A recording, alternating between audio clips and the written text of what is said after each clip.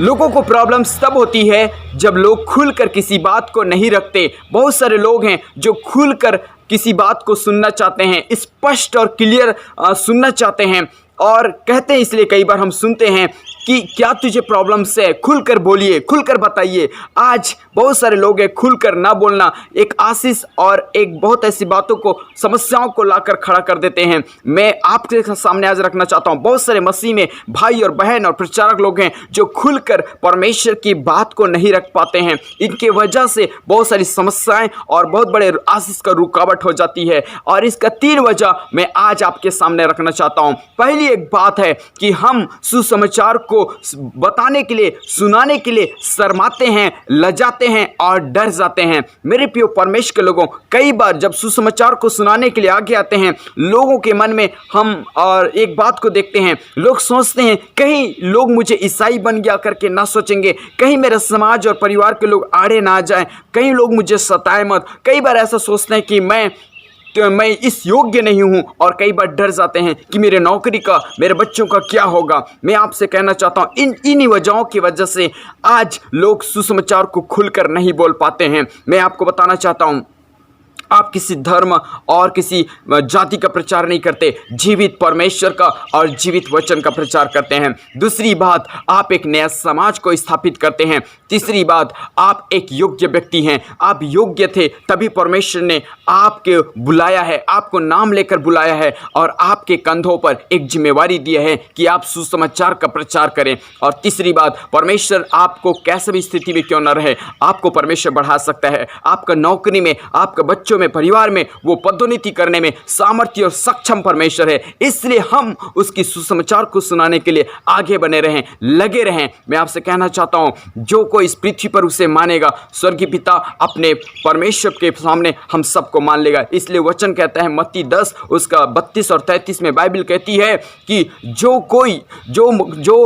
मनुष्य के सामने मुझे मान लेगा, मैं उसे अपने स्वर्गीय पिता के सामने मान लूंगा। जो मुझे मनुष्य के सामने इनकार करेगा, मैं भी अपने पिता के सामने इनकार करूंगा। इसलिए मेरे प्रिय परमेश्वर लोगों, यदि आज यहाँ शर्माएंगे, आज यहाँ हिचकेंगे, वहां पर भी आप हिचकेंगे, वहां पर भी आप शर्माएंगे। इसलिए आप शर्माए नहीं। पौलुस कहता है रोमियो 1:16 में, मैं सुसमाचार सुनाने में लजाता नहीं हूं, और इसलिए आज हम पौलुस की तरह कहें, मैं सुसमाचार सुनाने में लजाऊंगा नहीं। और खुलकर जब आप बोलेंगे, बहुत सारे लोगों के लिए आशीष का कारण बन जाएंगे। इसलिए खुलकर बोलने की आदत डालिए। दूसरी बात, किस कारण से लोग खुलकर नहीं बोलते हैं वो मैं बताना चाहता हूं, और वो है सत्य को अधर्म से दबा रखना। आज पूरे विश्व में सबसे अधिक बाइबल बिकता है, सबसे अधिक कोई किताब बिकता है तो वो है बाइबल, पवित्र शास्त्र बाइबल।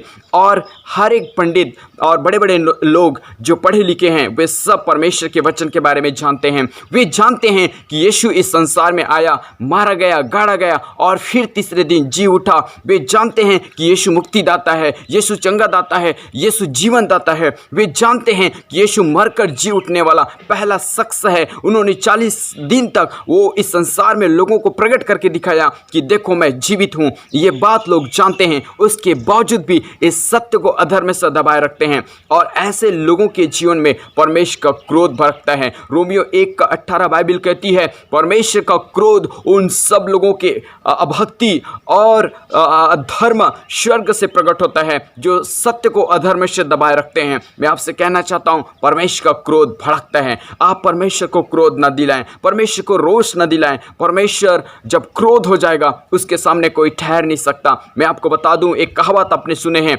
मनुष्य के हाथ में डंडा है और उसमें आवाज होती है, लेकिन परमेश्वर के हाथों में आवाज नहीं होती। इसलिए मेरे प्रिय परमेश्वर के लोगों, परमेश्वर को डरें और सत्य को न दबाएं, सत्य को प्रकट करें, सत्य को रिवील्ड करें, सत्य को लोगों तक पहुंचाएं, तो कई सारे लोगों के लिए आप आशीष का कारण बन सकते हैं। तीसरा एक वजह है जिसके कारण लोग खुलकर नहीं बोलते हैं, वे है यीशु को हृदय में ग्रहण न करना। मेरे प्रिय परमेश्वर के लोगों, यूहन्ना 1 का उसका 10 और 11 में बाइबल कहती है, वो जगत में था, जगत उसके द्वारा उत्पन्न हुआ और जगत ने उसे नहीं पहचाना। वे अपने घर में आया और अपनों ने उसे ग्रहण नहीं किया। आज यीशु मसीह को ग्रहण नहीं कर पाए तो कैसे वो लोग यीशु के बारे में बताएंगे। यदि यीशु को हृदय में ग्रहण कर पाए हैं तो यीशु के बारे में वो बताते जाएंगे, यीशु के बारे में सुसमाचार के रूप में बताएंगे। परमेश्वर के लोगों जिन्होंने परमेश्वर को हृदय से ग्रहण किया है, इसलिए रोमियो यूहन्ना 1:12 बाइबल कहती है कि जो परमेश्वर को ग्रहण किया है, जिन्होंने परमेश्वर को ग्रहण किया है, वे उनके संतान होने का अधिकार को प्राप्त हुए हैं। आज जो लोग परमेश्वर के संतान हैं वे आत्मा के अनुसार चलते हैं और वो हमेशा प्रभु के बारे में बात करते हैं, खुलकर बात करते हैं। मैं आपसे कहना चाहता हूँ, खुलकर बात करना सीखें। लोगों को यही पसंद है, परमेश्वर को भी पसंद है कि हम खुलकर अपने परमेश्वर की महिमा करें, खुलकर अपने परमेश्वर की आराधना करें। आपको और मुझे प्रारंभिक कलीसिया के पास्टर प्रचारकों से सीखना है। वो हमारे लिए एग्जाम्पल है कि वो कैसे खुलकर प्रभु यीशु मसीह के बारे में प्रचार करते थे और प्रभु यीशु के बारे में बताते थे। आज खुलकर प्रचार करना आपके व्यक्तिगत लाइफ के लिए, पारिवारिक लाइफ के लिए, समाज के लिए, आपके देश के लिए आशीष का कारण बन सकते हैं। यदि आज आप खुलकर प्रचार करेंगे, कई सारे लोग उद्धार पाएंगे, कई सारे लोग चंगाई पाएंगे, कई सारे लोग मुक्ति पाएंगे और कई सारे लोग बहुत बड़े आशीष को पाएंगे। इसलिए आप डरे ना, घबराए ना, आपका मन कच्चा ना हो, क्योंकि जीवित और जिंदा परमेश्वर आपके संग और साथ रहता है। मेरे प्रिय परमेश्वर के लोगों, प्रभु आपको कभी ना तो छोड़ेगा और ना कभी त्यागेगा, क्योंकि उन्होंने आपको और मुझे वायदा किया है। आपका और मेरा परमेश्वर सामर्थी है। इसलिए इन सब बातों को छोड़कर आओ हम बिना लजाए परमेश्वर का प्रचार करें, बिना डरे परमेश्वर का प्रचार करें, सत्य को प्रकट करें और यीशु को अपने हृदय में ग्रहण करें। मेरे प्रिय परमेश्वर के लोगों, जब आप और मैं ऐसा करेंगे, प्रभु आपको और मुझे बहुत आयत से आशीष देगा। परमेश्वर इस वचन के अनुसार आपको और मुझे बहुत आयत से आशीष दे। आमीन।